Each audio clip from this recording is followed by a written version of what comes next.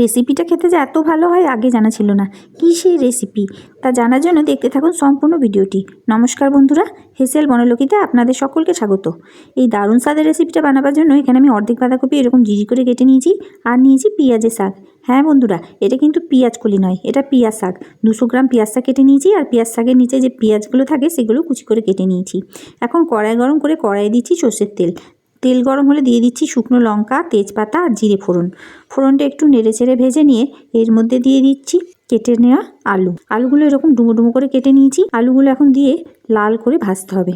রেসিপিটা সম্বন্ধে আজকেই ননদের মুখে শুনলাম, আর শোনা মাত্র সেইভাবেই বানিয়ে নিলাম। আর খেতে এতটাই ভালো হয়েছিল যে সঙ্গে সঙ্গে এডিট করে শেয়ারও করে দিলাম।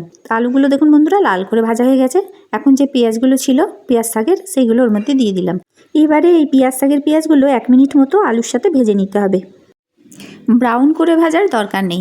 পেঁয়াজটা 1 মিনিট ভাজা হলে এর মধ্যে দিচ্ছি একটা বড় সাইজের টমেটো কুচি, আর দিয়ে দিচ্ছি 1/2 চামচ আদা কাঁচা লঙ্কা বাটা।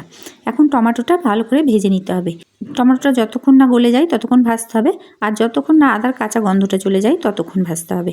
এটা একটা নতুন স্বাদের নতুন রেসিপি, বানিয়ে দেখতে পারেন লাঞ্চে অথবা ডিনারে, খেতে কিন্তু দারুণ লাগবে। তো দেখুন বন্ধুরা, আপনাদের সাথে গল্প করতে করতেই আদা কাঁচা লঙ্কা বাটার সাথে টমেটো কষা হয়ে গেল। এখন এক এক করে মশলাগুলো অ্যাড করছি। দিয়ে দিচ্ছি হলুদ, জিরে গুঁড়ো আর ধনে গুঁড়ো, সবগুলোই 1/4 চামচ করে দিলাম। এখন মশলাগুলো খুব ভালোভাবে কষিয়ে নিতে হবে। গ্যাসের ফ্লেম লোতে রাখা আছে, আর লো ফ্লেমে মশলাগুলো ভালো করে কষিয়ে নিচ্ছি। তো দেখুন বন্ধুরা, এখন মশলা থেকে তেল ছেড়ে এসেছে। এখন বাঁধাকপিটা এর মধ্যে দিয়ে দিচ্ছি। সব বাঁধাকপিটাই দিয়ে দিলাম। এখন বাঁধাকপিটা দেওয়ার পর গ্যাসের ফ্লেম হাই করে দিলাম, আর বাঁধাকপিটা এখন খুব ভালো করে ভেজে নিতে হবে। আর একটু ভাজলেই বাঁধাকপিটা আস্তে আস্তে কমে যাবে। রেসিপিটা যদি আপনাদের ভালো লেগে থাকে তাহলে প্লিজ লাইক, শেয়ার এবং কমেন্ট করবেন। আর যে সকল নতুন বন্ধুরা রেসিপিটা দেখছেন তাদের যদি ভালো লেগে থাকে তাহলে প্লিজ চ্যানেলটিকে সাবস্ক্রাইব করবেন। তার সাথে পাশে থাকা বেল আইকন অবশ্যই প্রেস করবেন, যাতে আমার নতুন ছাড়া ভিডিও নোটিফিকেশান আপনাদের মোবাইলে আগেই পৌঁছে যায়। আর যারা ফেসবুক থেকে দেখছেন তাদের যদি রেসিপিটা ভালো লেগে থাকে তো প্লিজ ফলো করবেন। এই রেসিপিটা আমি আজকে প্রথম বানালাম, আগে আমার জানা ছিল না। রেসিপিটা খেতে সত্যি খুবই ভালো হয়েছিল।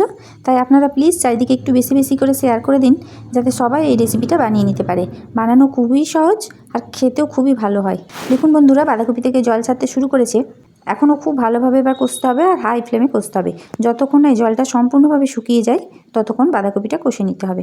এইভাবে নাড়তে নাড়তে বাঁধাকপিটা খুব ভালো করে ভেজে নিলাম। এখন এর মধ্যে দিয়ে দিচ্ছি পেঁয়াজ পাতা। যে পেঁয়াজ পাতাগুলো কুচি করে কেটেছিলাম সেটা সম্পূর্ণটা এর মধ্যে দিয়ে দিলাম। এখন খুব ভালোভাবে পেঁয়াজ পাতার সাথে বাঁধাকপিটা মিশিয়ে নিতে হবে। আর আমি যতক্ষণ পেঁয়াজ পাতার সাথে বাঁধাকপিটা মিশিয়ে নিচ্ছি ততক্ষণ আপনারা একটু কমেন্ট করে জানিয়ে দিন তো এই রেসিপিটা আপনারা কেউ বানিয়ে খেয়েছেন কিনা। আর যদি না বানিয়ে খেয়ে থাকেন তাহলে অবশ্যই একবার বানিয়ে দেখতে পারেন, খেতে খুবই ভালো হয়। খুব ভালোভাবে মিশিয়ে নেওয়ার পর গ্যাস লো ফ্লেমে করে 5 মিনিটের জন্য ঢাকা দিয়ে রাখছি। মাঝে অবশ্য ঢাকনা খুলে 2বার নেড়ে দিয়েছিলাম। এখন দেখুন বাঁধাকপি আর পেঁয়াজ শাকগুলো সব সেদ্ধ হয়ে গেছে, আর পরিমাণে অনেকটা কমে এসেছে। এরকম পরিমাণ কমে যাওয়ার পরই দিতে হবে লবণ, কারণ প্রথমে লবণটা দিলে পরিমাণটা ঠিক বোঝা যাবে না। তাই এই সময় আমি পরিমাণ মতো লবণ আর চিনি দিয়ে দিচ্ছি। চিনিটা আপনারা নাও দিতে পারেন, তবে এতে একটু চিনি দিলে খেতে বেশ টেস্টি হয়, তাই অল্প করে চিনি দিয়ে দিলাম। এখন খুব ভালোভাবে মিশিয়ে নিলাম, আর আবার ঢাকা দিয়ে রাখবো, কারণ লবণ আর চিনি থেকে যে জল বেরোবে সেই জলেও কিছুটা সেদ্ধ হয়ে যাবে। তাই আমি এটাকে আবার ঢাকা দিয়ে দিলাম।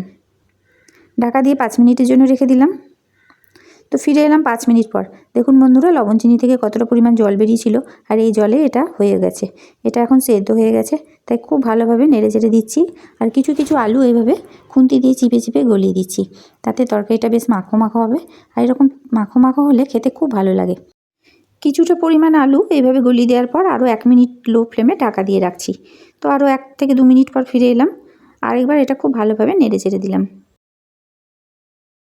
তো দেখুন বন্ধুরা, তরকারিটা প্রায় হয়ে এসেছে, কিন্তু এখানে আমি আরেকটা জিনিস অ্যাড করব। এখানে আপনারা যদি ইচ্ছা হয় ঘি গরম মশলাও দিতে পারেন, কিন্তু আজকে আমি কোনো ঘি বা গরম মশলা এখানে দেবো না।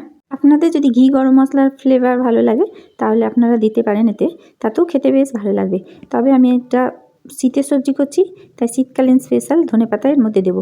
ধনেপাতাগুলো খুব কুচি কুচি করে নিয়েছি, আর একটু বেশি পরিমাণে নিয়েছি। এই ধনেপাতাগুলো এর মধ্যে দিয়ে দিলাম। এখন ধনেপাতাটা এর সাথে খুব ভালোভাবে মিশিয়ে নেব, আর নেড়ে নেব ততক্ষণ যতক্ষণ না তরকারি থেকে তেল ছাড়তে শুরু করে। সমস্ত জলটা যখন শুষে তেল ছাড়তে শুরু করবে তখনই তরকারিটা কমপ্লিট হবে। তো দেখুন বন্ধুরা, আমি আর কিছুক্ষণ নেড়ে নিলাম। এখন তরকারিটা হয়ে গেল, গ্যাস বন্ধ করে দিলাম। সমস্ত রেসিপিটি দেখার জন্য হেসেল বনলকির তরফ থেকে অসংখ্য ধন্যবাদ।